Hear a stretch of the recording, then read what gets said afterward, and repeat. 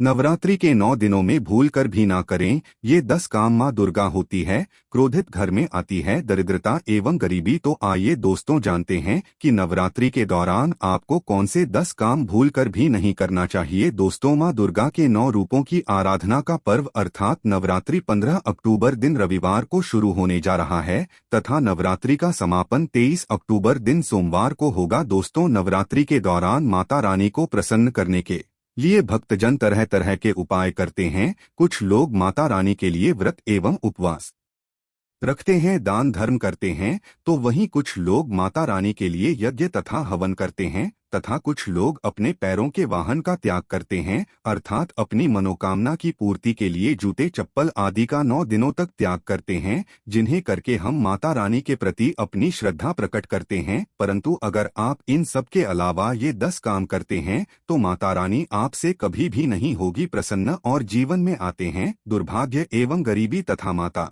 लक्ष्मी भी ऐसे व्यक्ति से हो जाती है नाराज। साथ ही दोस्तों, वीडियो के अंत में हम आपको एक ऐसा कार्य भी बताएंगे जो आपको नवरात्रि में अवश्य करना चाहिए। वह कार्य करने से आपकी हर मनोकामना पूर्ण हो जाएंगी और माँ दुर्गा अति प्रसन्न हो जाती है। तो आइए दोस्तों जानते हैं शास्त्रों में वर्णित नवरात्रि के दौरान वह कौन सा कार्य है जिसे करना अशुभ माना गया है। इससे पहले ही माता वैष्णव जो भी भक्त कमेंट में जय माता दी लिखकर चैनल को सब्सक्राइब करेगा उसके परिवार में सदैव कृपा दृष्टि बनाए रखना, साथ ही उसके सभी मनोकामनाएं पूर्ण करना। तो दोस्तों, सबसे पहला कार्य है स्त्रियों का अपमान न करें। मित्रों, शास्त्रों में कहा जाता है यत्र नार्यस्तु पूजन्ते रमन्ते तत्र देवता। यह त्रेता सुना पूजन्ते सर्वत्र फलाक्रिया अर्थात जहाँ स्त्रियों की पूजा होती है वहाँ देवता निवास करते हैं और जहाँ स्त्रियों की पूजा नहीं होती है उनका सम्मान नहीं होता है, वहाँ किए गए समस्त अच्छे कर्म निष्फल हो जाते हैं।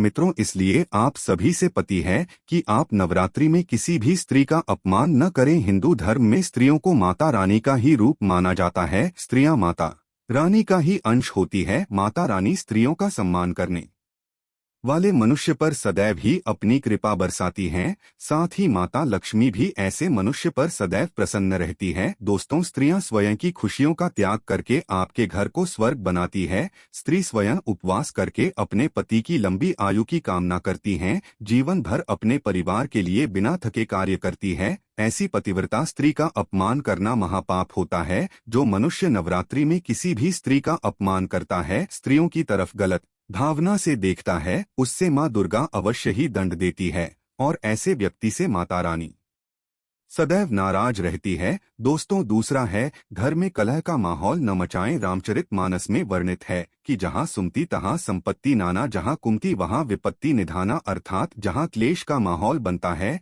जिस घर में लड़ाई झगड़े होते हैं, वहाँ पर माँ लक्ष्मी कभी भी नहीं ठहरती। इसके साथ ही ऐसे करने वाले व्यक्ति से माता रानी भी रहती है सदैव नाराज एवं क्रोधित। इसलिए नवरात्रि के समय में अपने घर में क्लेश का माहौल न बनाएं। माता रानी का मन में चिंतन करते हुए श्रद्धा भाव से इस महापर्व का आनंद उठाएं। दोस्तों, तीसरा है नवरात्रि के दौरान कोई भी अनिष्ट कार्य ना करे, जैसे झूठ बोलना, पैसों की चोरी अथवा धोखेबाजी करना, निष्पाप पशुओं को सताना, किसी गरीब को नीचा दिखाना आदि कार्य भूल से भी ना करें। माता रानी को ऐसे कार्य करने वाले लोग बिल्कुल भी पसंद नहीं होते। ऐसे कार्य राक्षसी प्रवृत्ति के होते हैं जिससे माता रानी अत्यंत क्रोधित हो जाती है। चौथी बात है तामसिक आहार का सेवन। दोस्तों, नवरात्रि में इस बात का विशेष ध्यान रखना चाहिए कि आप भूल से भी तामसिक आहार का सेवन न करें, जैसे मांस, मदिरा, लहसुन, प्याज। ये सभी तामसिक भोजन की श्रेणी में आते हैं, इसीलिए आप इन सभी का सेवन बिल्कुल भी ना करें, अन्यथा माता रानी नवरात्रि में आप पर क्रोधित हो सकती है। दोस्तों, पांचवी बात शारीरिक संबंध न बनाएं। दोस्तों, नवरात्रि में माता रानी की कृपा पाने के लिए नवरात्रि के 9 दिन भूल से भी शारीरिक संबंध न बनाएं। जो भी मनुष्य व्रत का पालन करता है उसे तो भूल से भी शारीरिक संबंध नहीं बनाना चाहिए। जो नवरात्रि के 9 दिन ब्रह्मचर्य व्रत का पालन करता है, माँ उसकी हर इच्छा को पूर्ण करती है।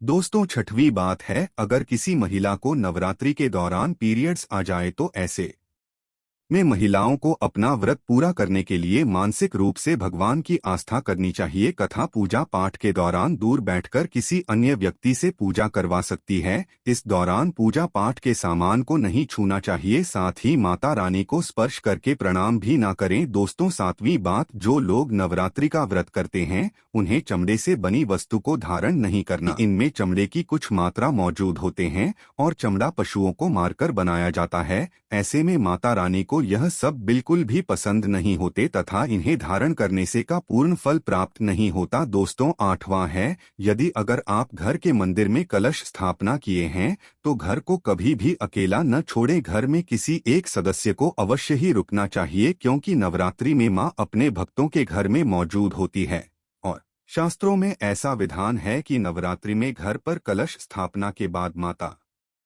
रानी को अकेला नहीं छोड़ना चाहिए। साथ ही अगर घर में कोई ना हो तो बिल्ली इत्यादि कलश को गिरा सकते हैं, जिसे बहुत ही बड़ा अपशगुन माना जाता है। इसलिए नवरात्रि में घर को कभी अकेला नहीं छोड़ना चाहिए। साथ ही विष्णु पुराण में नवरात्रि में दिन में सोना वर्जित माना गया है। दोस्तों, 9वीं बार नवरात्रि में जो व्रत करते हैं उसे भी एवं जो व्रत नहीं करते उन्हें भी नवरात्रि में भूल से भी बाल नहीं कटवाना चाहिए, दाढ़ी नहीं बनवाना चाहिए, नाखून भी नहीं काटना चाहिए। साथ ही व्रत करने वाले को तंबाकू, गुटखा, गुड़ाखू, सिगरेट इत्यादि का सेवन भी नहीं करना चाहिए। कई लोग होते हैं जो नवरात्रि में मांस मदिरा का सेवन तो नहीं कर रहे हैं, लेकिन गुटखा तंबाकू से क्या होगा, ऐसे मानसिकता से वे इन चीजों का सेवन करते हैं। परंतु आपको बता दें कि शास्त्रों में इन चीजों की भी मनाही है। गुटखा तंबाकू खाने से व्रत का पूर्ण फल प्राप्त नहीं होता। दोस्तों, 10वां है, घर के द्वारा आई हुई किसी भी स्त्री या कोई भी अतिथि का अपमान न करें। दोस्तों, यदि नवरात्रि में आपके द्वार पर कोई कन्या, वृद्ध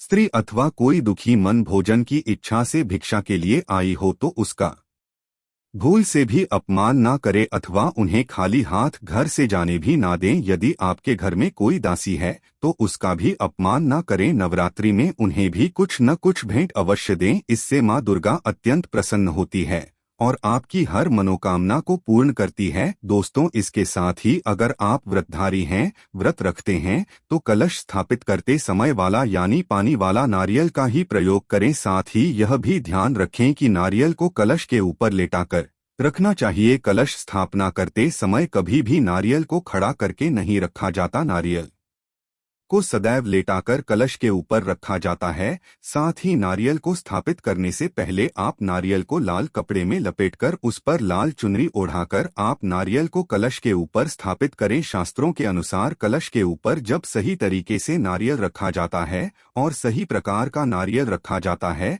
तभी व्रत और पूजन का पूर्ण फल प्राप्त होता है। साथ ही यह भी ध्यान रहे कि महिलाएं माता रानी को नारियल अर्पित कर सकती है, लेकिन कभी भी माता रानी के सामने नारियल को भूलकर भी नहीं तोड़ना चाहिए, क्योंकि नारियल का विष रूप होता है और स्त्रियां 20 रूप से ही शिशु को जन्म देती है। इसीलिए कभी भी महिलाओं को नारियल नहीं तोड़ना चाहिए। नवरात्रि में माता रानी का व्रत और पूजन किया जाता है, लेकिन नवरात्रि के दौरान सबसे ज्यादा महत्व होता है कन्या पूजन का। दोस्तों, माना जाता है कि माता रानी व्रत उपवास से जितना प्रसन्न होती हैं, उससे 10 गुना ज्यादा प्रसन्न कन्या पूजन से होती है। नवरात्रि में छोटी छोटी कन्याओं को माता रानी का स्वरूप माना जाता है। कन्याओं को भोग लगाया जाता है, उन्हें प्रसन्न किया जाता है और बदले में आशीर्वाद मांगा जाता है। कन्याओं को प्रसन्न करने के लिए गिफ्ट वगैरह आदि उपहार दिए जाते हैं। माना जाता है अगर कन्याओं को कोई भेंट दी जाए और उसे खुशी खुशी स्वीकार कर ली तो इसका मतलब है माता रानी अर्थात माता वैष्णो ने भेंट स्वीकार कर ली। जिन पर वो कन्याएं प्रसन्न हो गई तो समझो उन्हें माता रानी का आशीर्वाद मिल गया